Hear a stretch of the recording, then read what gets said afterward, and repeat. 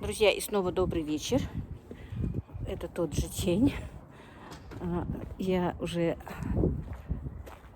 снимаю продолжение своего дня. Иду в магазин. Поставила в духовку уточку свою. Вернее, уточку, которая на заказ. И сейчас иду в магазин. Мне надо кое-что купить. И беру вас с собой, мои хорошие.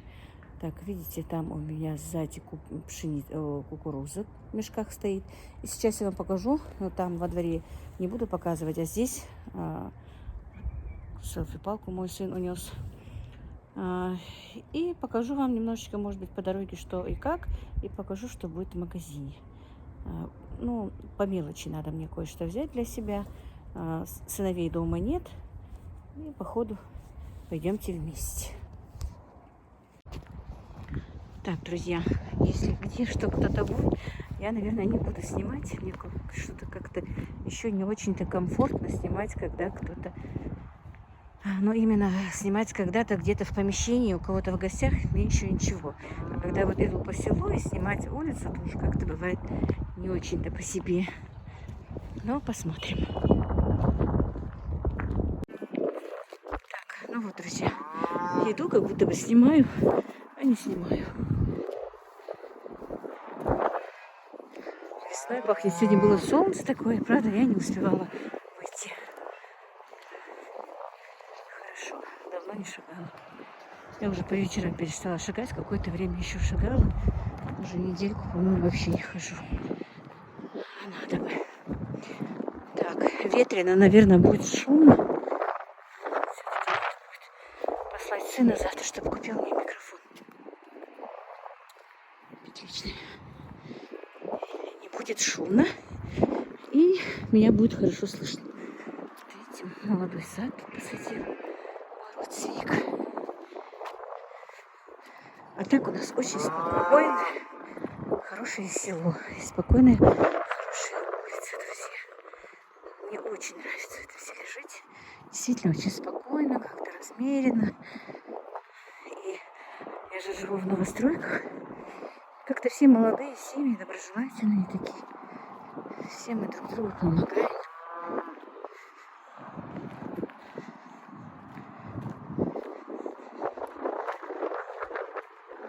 Так, вот, все. Теперь только в магазине включусь. Такой красивый дом. Красоту хочется поснимать, конечно. Так, девчонки и мальчишки, дошла я до нашего магазина. Мне нужно кое-что из хозяйственных вещей. Это такой небольшой сельский магазин. Но, в принципе, все есть. И не очень дорого. Так что вот так. Игрушки увидела, вспомнила, что Аишку хотела сегодня привезти, но что-то не привезли они ее. Немножко приболела у меня дочка. Просила ее привезти хотя бы девочку, чтобы она немного отдохнула. Но не привезли.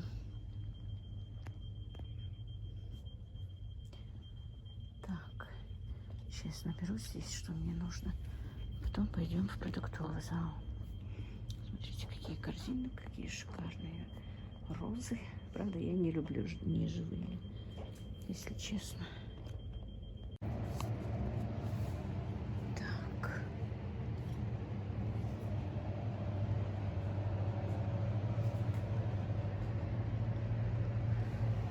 Кофе я не люблю. Так, мне нужно купить рис.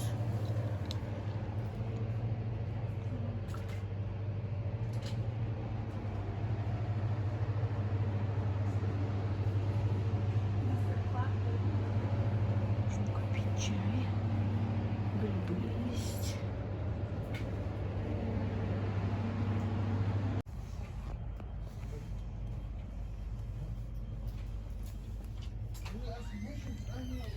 Так, надо овсяные хлопья маме купить. Да, маме себе. Ну ладно, друзья, больше не буду ничего снимать, побежала, а то боюсь, что уточка у меня там без меня. Не знаю, все-таки на заказ. Так, и вот, друзья, пришла я с магазина. Небольшие покупочки такие. Значит, хочу, ну, что-нибудь придумаю из лаваша утром. Ибрагим уходит на работу, не завтракать. Что-то как-то, что-то сделаю. Увидела, купила. Так, купила печенье, купила вафельки, семечки для пацанов. Я их крайне редко ем, если честно. Ну, вот это тоже не очень люблю, просто я купила для мальчиков к чаю. Выпечку, как знаете, я не успеваю делать и крайне редко ее делаю. Купила кукурузную муку, хочу сделать пирожки из кукурузы, но не знаю когда. На днях сделаю. Значит, овсяные хлопья троечку-двоечку, уксус у меня закончился, 3 булки хлеба, купила зелень, тряпочки у меня уже надо обновлять. Ну и вот все, что мне нужно было. И купила вот такой вот чай, не знаю, мы покупали такой чай со снохой, такой серой пачки, но он оказался с бергамонтом. Но мне понравилось, как он заваривается. Правда, дорогой? 410 рублей пачка. Ну, попробуем. Вот такие у меня покупки. Так, утка не готова еще, так что успела вовремя. Мои дорогие, и хочу вам показать и немножко поделиться, наверное, может быть что-то, ну, это для некоторых будет новость, может быть, некоторые это знают, но я просто хочу с вами поделиться и сказать, как и что делаю я.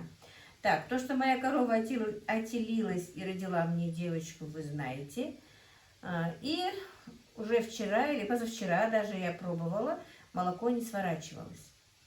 И поэтому у меня немножко накопилось молока, и я хочу сегодня сделать сыр, видите?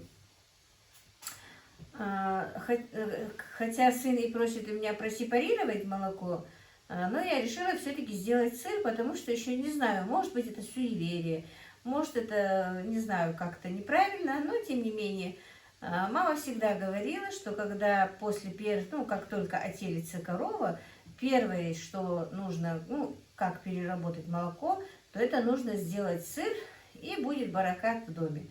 Ну, скорее всего, конечно, это суеверие, но даже чтобы сегодня не заморачиваться, не мыть сепаратор, я, если честно, уже к вечеру устала, я решила просто сделать сыр. А как у меня накопилось молоко, я постараюсь вам объяснить, не знаю, поймете или нет меня.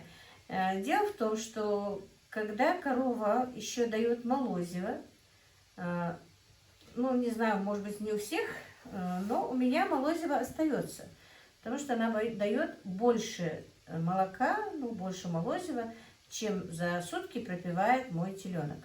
А в сутки я ему даю 6 литров молока. Но у меня все равно остается молоко. Машала. Корова у меня, в принципе, неплохая. Да, и, друзья, я поделюсь с вами радостью. Соски моей коровы освободились. Мастит прошел. Машала, в действительности, я не знаю, я даже не верю этому. Один же сосок у меня совсем в прошлом году у него пропал, а второй так доился чуть-чуть. А сейчас все 4 соска дают одинаковое молоко. Я когда-то слышала, не знаю, когда корова меняет теленка, что соски все-таки приходят в норму. Не знаю, насколько это правда или нет, не знаю, не могу вам точно сказать, потому что, просто не знаю. Но что такое чудо произошло, я уже вот вам говорю. У коровы все 4 соска нормально дают молоко. Или корова моя испугалась, если я так про себя думала, когда ее пускала в запуск, если она у меня, обычно когда под этим светом я стою, бывает плохо видно, если она у меня не будет доиться нормально, если соски не придут в норму, то я ее в этом году хотела убрать. Покормить теленка 3 месяца, не выпускать ее на выгул и все-таки убрать. Но, видимо, корова моя испугалась и решила вернуть себе нормальное вымя. Вот так вот, друзья, и такая радость у меня. И сегодня будем делать сыр. Значит, я молоко подогрела уже без градусника, ну, 38, 37, 38, 39, когда как. Ну, я так просто на ощупь подогрела. И у меня вот такой вот молокосвертывающий элемент есть. Я не знаю, как он, как называется. Я прочту, конечно. Так, Супермая. Вот такой вот пузыречек. Он у меня остался с прошлого года, ну, с осени. Мне его приносила моя дочка. Я обычно пользовалась, сейчас где-то у меня есть, но сейчас не буду искать. Пользовалась серыми такими сухими препаратами. Уже даже не помню, как он тоже называется. А она сказала, что это очень хорошее молокосвертывающее вещество. И вот теперь я хочу его все-таки осенью пробовала. Ну, тут немножечко осталось. Она мне сказала, что на 10 литров вот этот вот колпачок она заливает. Ну, я залью чуть больше, потому что у меня тут 14 литров молока. Залью, и я вам не рассказала, почему у меня накопилось молоко. Ну, не у меня, а у моей коровы. Ну, от коровы накопилось молоко. Сейчас сначала. Дело в том, что, ну, я начала уже говорить, я сейчас продолжу. Дело в том, что когда мы сейчас перемешаем и оставим до такого состояния, чтобы молоко свернулось, превратилось в такой хороший сгусток, крепкий сгусток.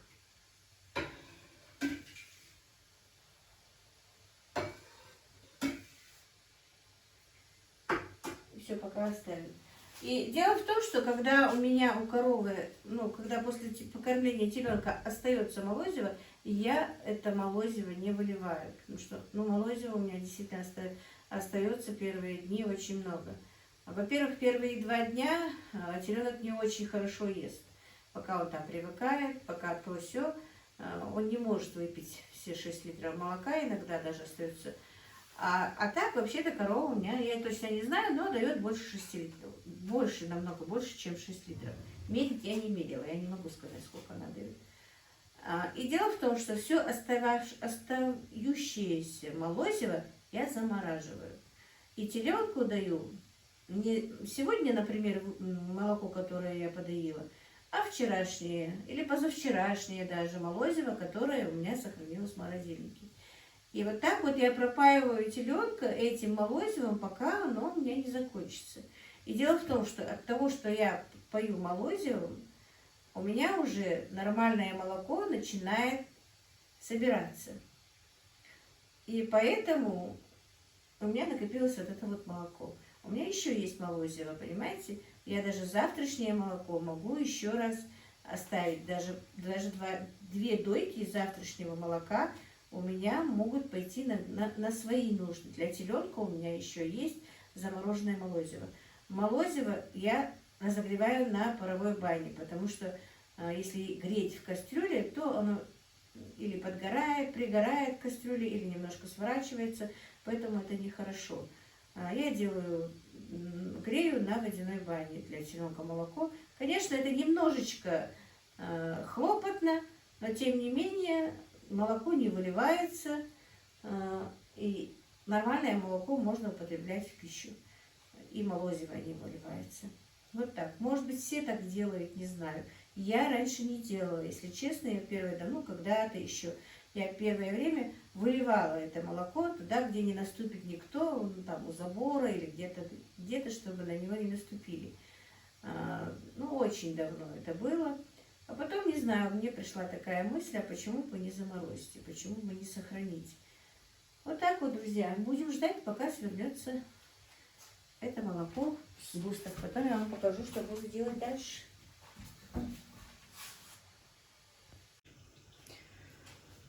Ну вот, сгусток уже у меня появился. Видите? Теперь я, ну, знаете, в Ютубе я везде видела, что это делается ножом, но я это не делаю ножом. Я вот так вот этот сгусток разбиваю своей вот этой вот шумовкой на более мелкие кусочки. И дам немножечко ему постоять, чтобы сгусток опустился, а сыворотка будет наверху. И потом переложу в дуршлаг, и практически мой сыр получается готов. Ну, это, знаете, какой сыр, друзья? Ну, типа брынзы. Обычный домашний мягкий сыр. Я как-то в прошлом году варила адыгейский сыр. Хочу в этом году еще раз попробовать. Он такой получился нежный, приятный, вкусный. Варила только один раз. И, к сожалению, потеряла записи. Ну, еще раз зайду туда.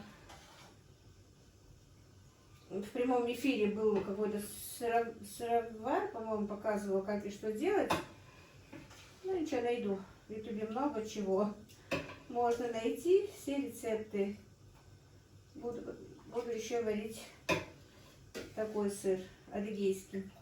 Мне очень понравился. И Ибрагиму тоже понравился. Такой нежный вкус получился у него. Вот видите? Он уже собирается вот такие вот шарики. Вот так вот. Все-таки, не знаю, если жить в селе, то хозяйство, по-моему, ну, хотя бы лично для себя нужно иметь. Ну, это мое мнение, не знаю. Может быть, кто-то думает по-другому. Конечно, если есть деньги, возможность купить, и тем более, если знаете, как это все произведено и что, ну, им, конечно, нетрудно и покупать. Но у нас же не все все-таки так обеспечены, что могут себе постоянно покупать там сыры, сметану, творог.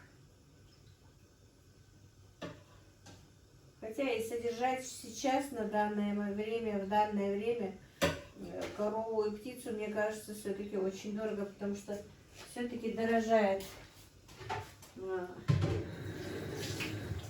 Все дорожает. Сейчас немножко опустится, друзья, и я сделаю сыр. Ну, друзья, и вот видите, у меня сыворотка наверху, сыр опустился вниз.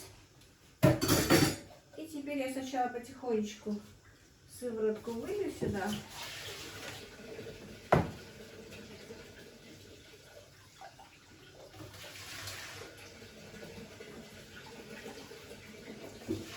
У меня там стоит ведро.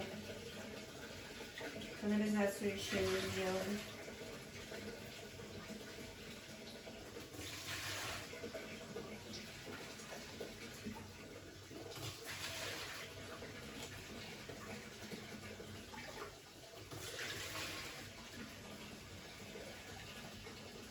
Девочки, меня еще в прошлом году спрашивали, почему я выливаю сыворотку из сыра.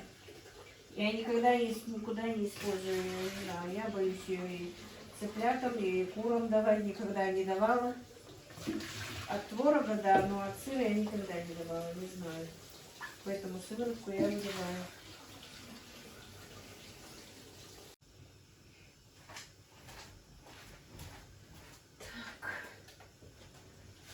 И дальше продолжаем вот так вот.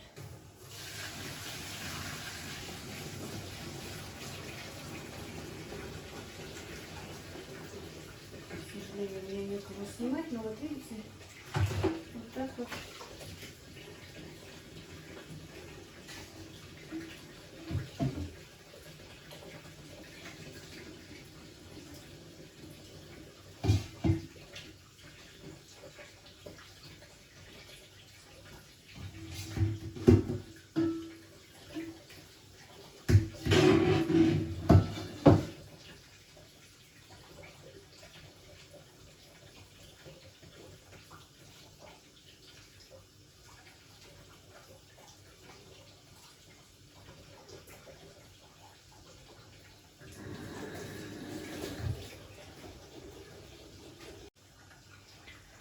Так, и вот, друзья, теперь я посыплю его солью и оставлю пока, чтобы из него вышла лишняя сыворотка. А потом переверну. И тоже с другой стороны посыплю солью. И все. И оставлю сыр так вот. Ну, не там, конечно, выну оттуда и поставлю до утра. Ну, я вам покажу.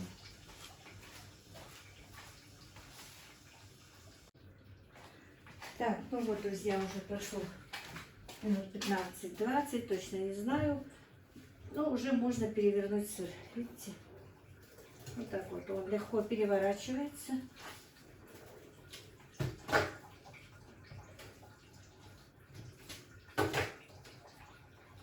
И теперь я с этой стороны тоже хорошенечко, обильно намажу солью, посыплю, намажу. И все. И на сегодня моя работа закончена.